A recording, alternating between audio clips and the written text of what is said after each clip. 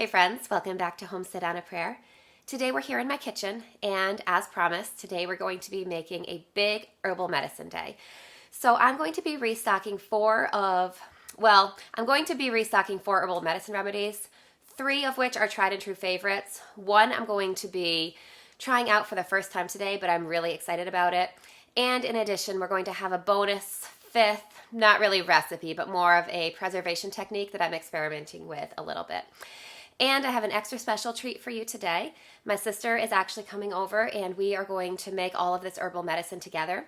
So I'm really excited to hang out in the kitchen with my sister and with all you guys and to restock our herbal medicine cabinet. Now, before she gets here, I have this big bag of ginger that I want to get all prepped because we're going to be using this in lots of different recipes today. So as you can see, this ginger has lots of little knobbly pieces, and I really don't feel like peeling it all. So I'm going to experiment with I might just give this a rough chop and throw it all in my food processor to give it a little bit of a finer chop, just like this. I'm going to wash it up really well, and then we're just going to leave the peels on, and we're going to see what happens with that. So I will let you know how that works out. This is organic ginger, and as long as I wash it thoroughly, which I will be doing, I feel comfortable leaving the peels on it, because I'm not actually making anything where we're going to be eating the ginger itself. The ginger is just going to be infusing into our various recipes. So I've got the ginger all washed up, pulled out my handy food processor. You can tell we've been through a lot together. So I'm just gonna give these a rough chop, and then we'll give them a finer chop in here, and hopefully that works well. If I was planning to cook a recipe with this ginger, I think I would just peel the skin off, because it can be, if you're actually going to be eating it, you don't really necessarily want to be eating some of the more fibrous parts. But since we're just going to be letting it infuse, I think that it'll be completely fine. So hopefully I'm right about that. Let's find out. So I don't think I'm even really gonna chop this much. I'm just gonna kind of pull all these little knobbly parts off, and anything that's really tough like this, I'll just cut that off.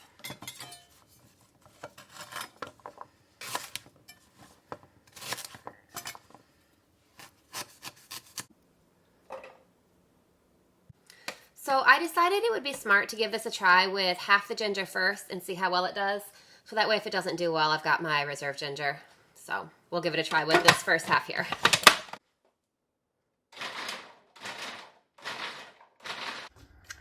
So this looks pretty good. I think this is what I'm going for. As you can see, it's not pureed or really finely chopped, but just chopped up enough that we'll be able to get some good extraction. So let's get going with the second half.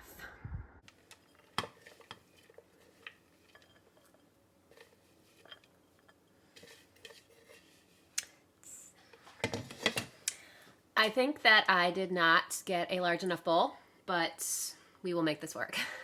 My ginger's all prepped, so I've got a little bit of a head start. I'm just going to clean up my food processor and some of this little mess that I've made, and then I'll sit back and wait for my sister to get here. I will meet you back here in a few minutes, and we will start making our herbal medicine recipes.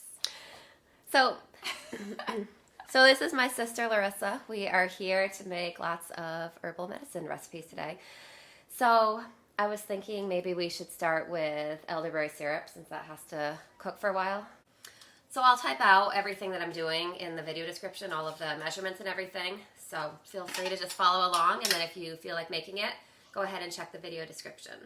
So we've got our pan set up here. I'm just going to put 3/4 of a cup of elderberries in mine. This isn't something that you have to be super precise with, but I'm going to do like 3/4 of a cup of elderberries to 3.5 cups of water. Did you want to use this? Sure.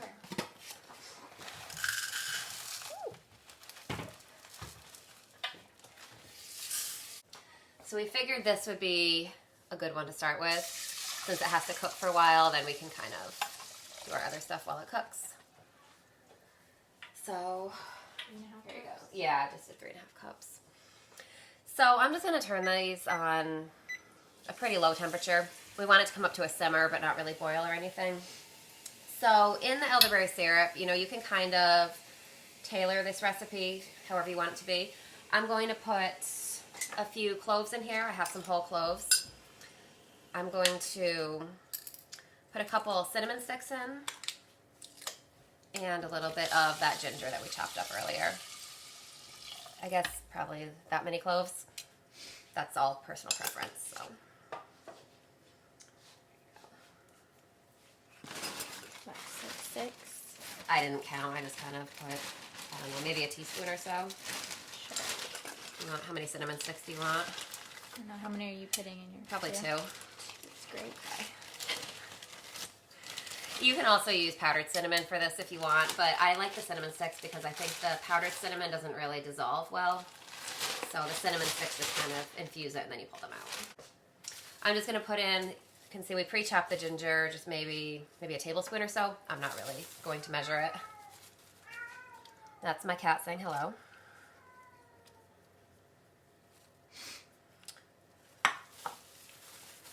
I guess we can just basically just let these simmer while we work on everything else.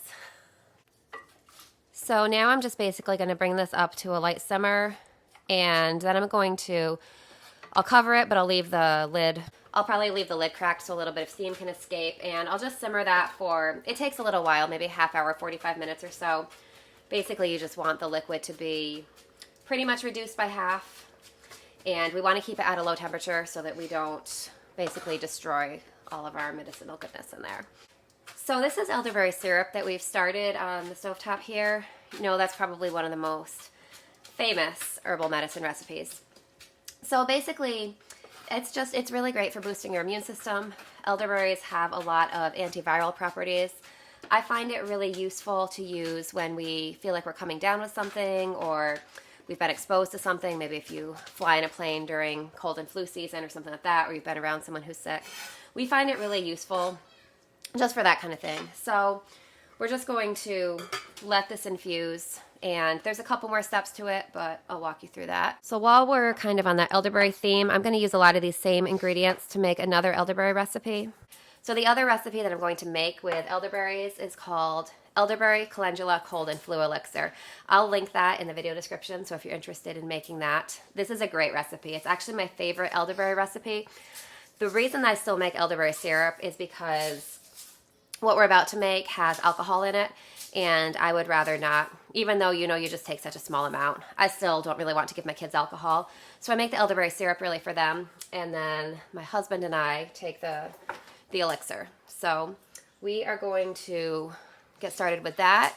You know, Larissa and I have some slightly different variations that we're going to do, so feel free to follow along. And I think if I had to recommend one recipe in this video, this is probably my favorite. So even though it has a few unusual ingredients, I would still definitely make this one. So the first thing we're going to put in our elixir is 2/3 a cup of calendula. So this is calendula from my garden that we grew and harvested together.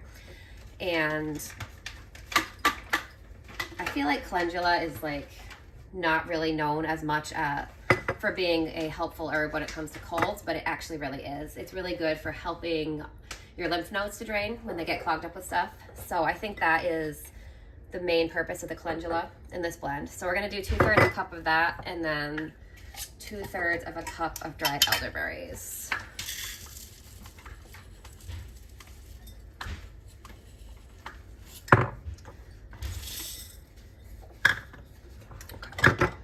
Or did you wanna, or you're estimating? Well, I have the cup, the ounces. Yeah, that's true. I didn't even realize that. I do that a lot at home. I measure with the mason jars. Yeah. I have used the mini one sometimes when I'm out of a 1 cup measuring cup. Need a cup of flour, use that. So next we're gonna need 1/3 of a cup of elderflower. I have this much that I harvested from my garden. So we're gonna need a little more than that. So I have this to make up the difference. So the elderflower is another one that's really good when you have a cold. I think it's really good at breaking up mucus. It's good at helping your body through a fever. So, and this, okay, that's a little heaping, but that's fine. This is actually one of my favorite herbs to make just like a regular tea with when you're not feeling well. How much? 1/3 of a cup of that one. Thank you. And then, let's see, we're just gonna put a little bit of our ginger in here. I think the recipe says about a tablespoon or so. We don't really need to be all that exact. So a little extra is fine. That's probably a tablespoon and a half. Then we also need 1/3 of a cup of rosehips. These are just really high in vitamin C. so always a good thing to take lots of when you're not feeling well. So next I have orange peel. This is just basically organic, or peel that I saved from an organic orange. And I didn't even really dehydrate this or anything. I just chopped it up and let it sit out on a paper towel, and it just dried on its own.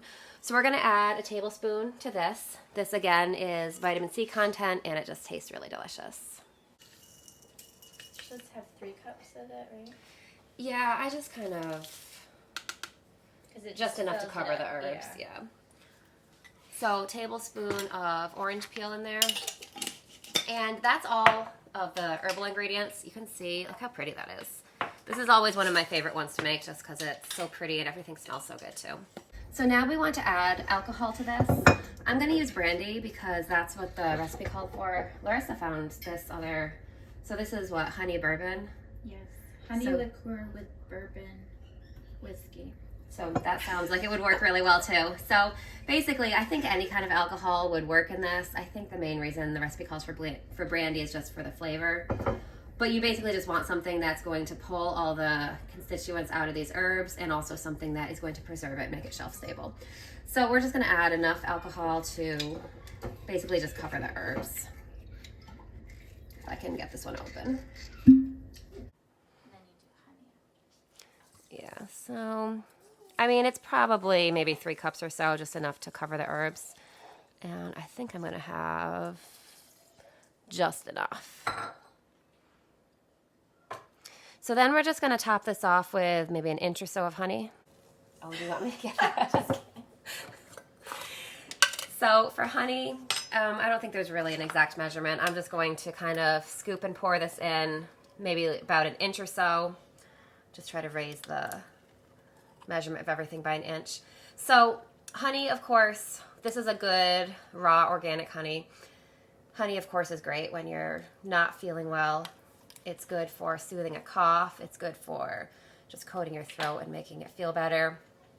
And if you have local honey, it can be really great for allergy support too. I think that's probably enough. So I just filled it about to this level. You can see all the herbs are well covered. The honey's going to make it taste better too. That's also an important effect that I forgot to mention.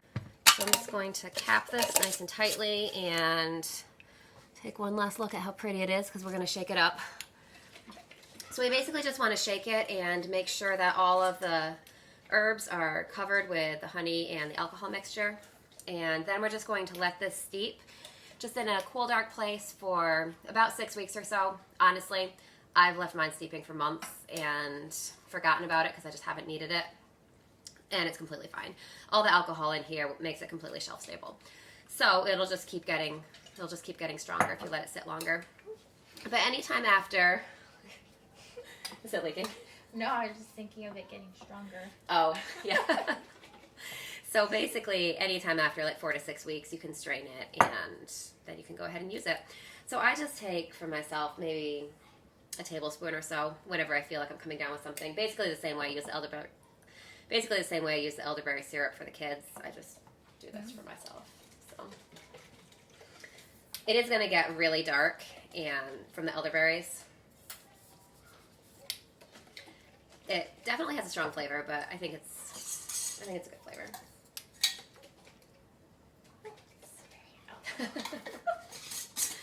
So there's the jars. I'm excited. This, as I said, is my favorite one. So we'll just let this sit and then hopefully not need it, but if we do, we'll be ready. So for the fire cider, I'm going to try out this new, I just got these new silicone lids. I think I showed them in like my latest Azure haul. So because fire cider is so acidic, whenever I use the regular lid, it makes it really rusty. So we're going to try this one and see how it does. So fire cider is another one that you can kind of do as you go. You can kind of do however you want. Normally, recipes that I see have horseradish in them. I've actually never made it with horseradish myself. I don't know. Have you ever seen horseradish around here? Just like for sale, yeah. I haven't. I just get the Like jar the prepared of it. stuff. Yeah.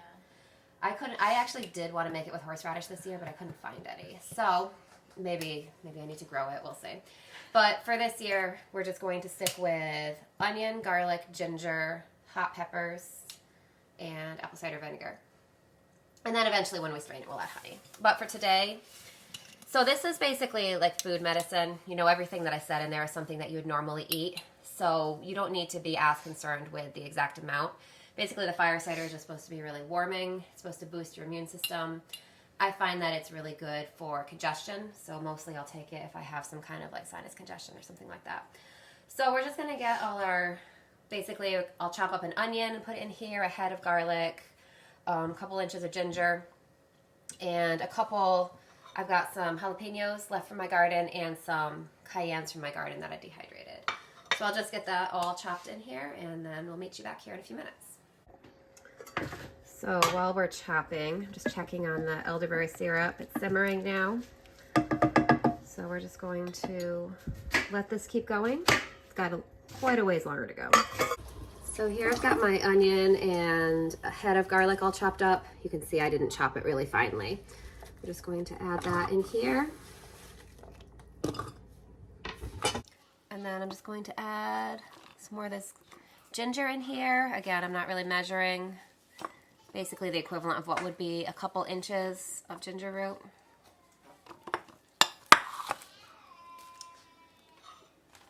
Then I'm going to grab a couple of these little dried cayenne halves, so probably enough to equal maybe 2 full peppers. And I'll just chop up these. I had a couple little mini straggler jalapeños out in the garden, so we'll just chop these up and add them in too.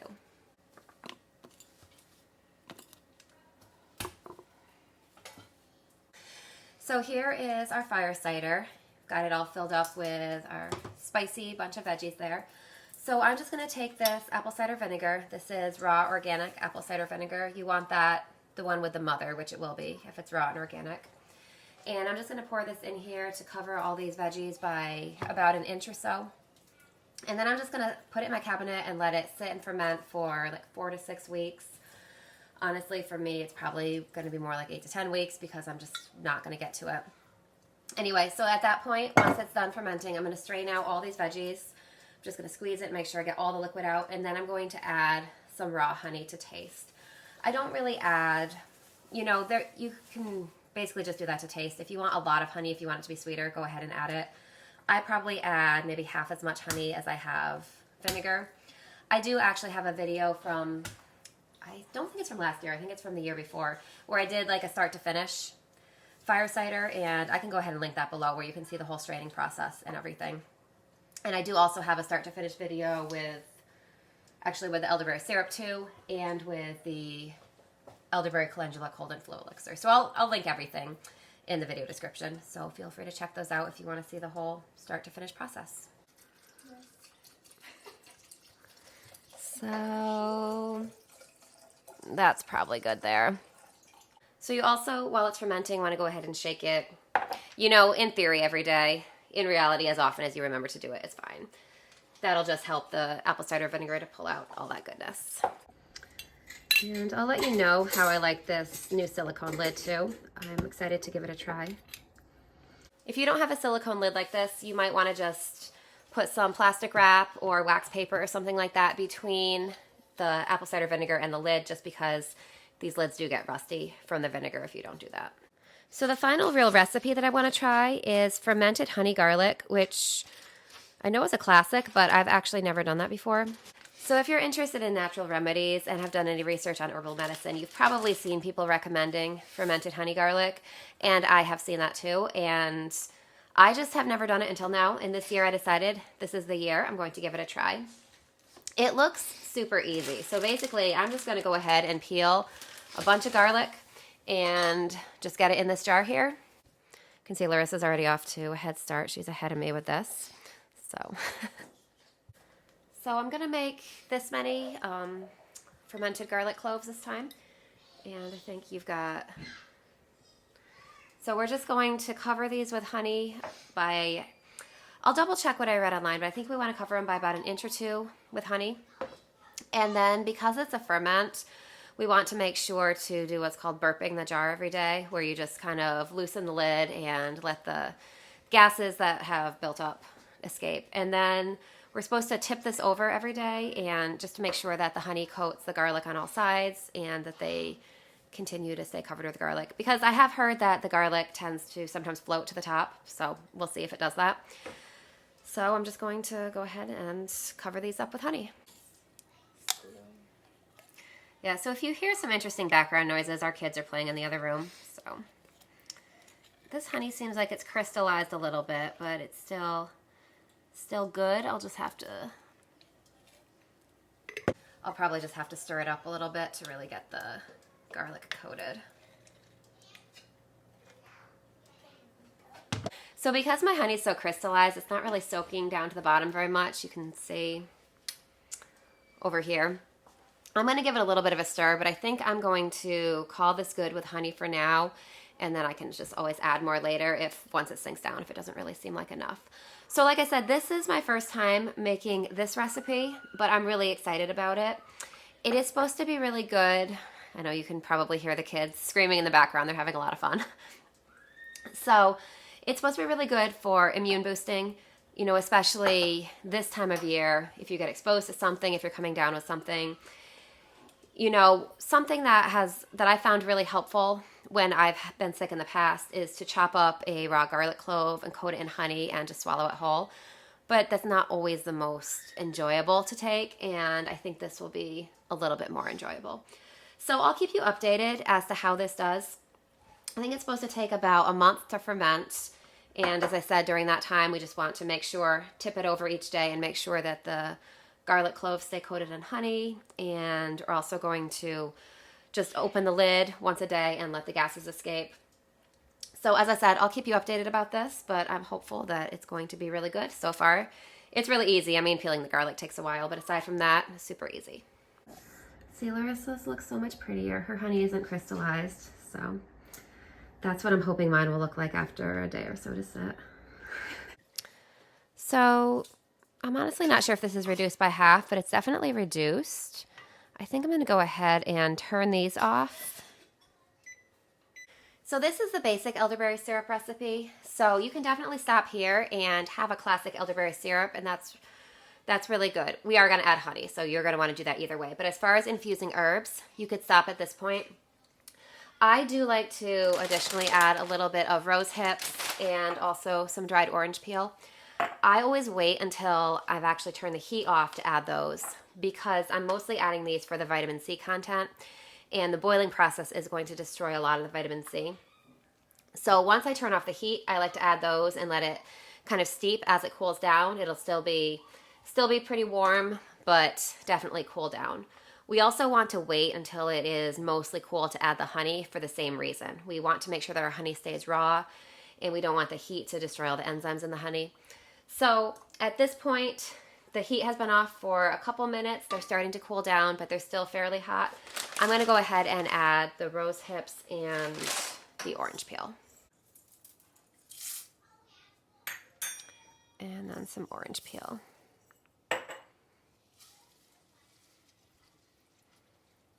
So I think this elderberry syrup is cooled off enough that we can strain it and add the honey. So I'm just gonna, I like to add the honey while it's still a little bit warm, because I find that it mixes in better, but you just want to cool it down to when it's below about 90 degrees or so.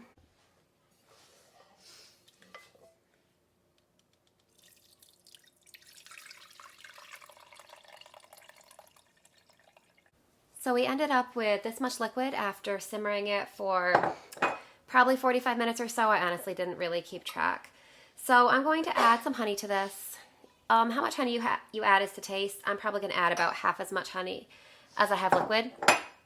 And then what I'm going to do is, I actually like to put it in these small mason jars here. This is a little 8-ounce mason jar.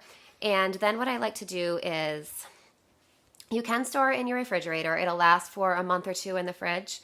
What I find though is my kids actually prefer to take it frozen. So I put it in these little mason jars here, and then I just stick it in my freezer.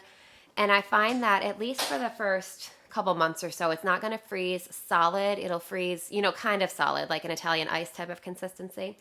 And then we can just scoop out a spoonful of it when my kids want it.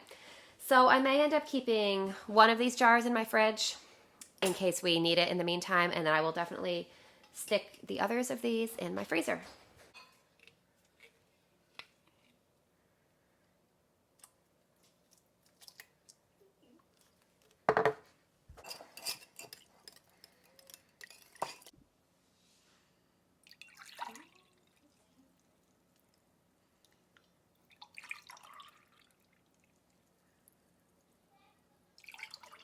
So I've got lots of this extra chopped ginger left after all our recipes. So I actually did plan on having some extra. I didn't know it would be quite this much. But what I'm going to do is just freeze this in a freezer bag. And I'm planning to use this for tea. And I might occasionally use it for cooking, although I did leave the skins on. If I was planning on using it for cooking, I probably would have removed that. But I'm just going to freeze it in this baggie here. And that way, whenever we want ginger for tea, we can go ahead and take a little spoonful of that and brew our tea with it. I do really like having fresh ginger in tea, but it's something that I don't always have on hand. So I'm hoping that by freezing it like this, I'm hoping that that will allow me to always have it on hand. So I'll keep you updated about that and how well this works and how well it works for making tea out of too.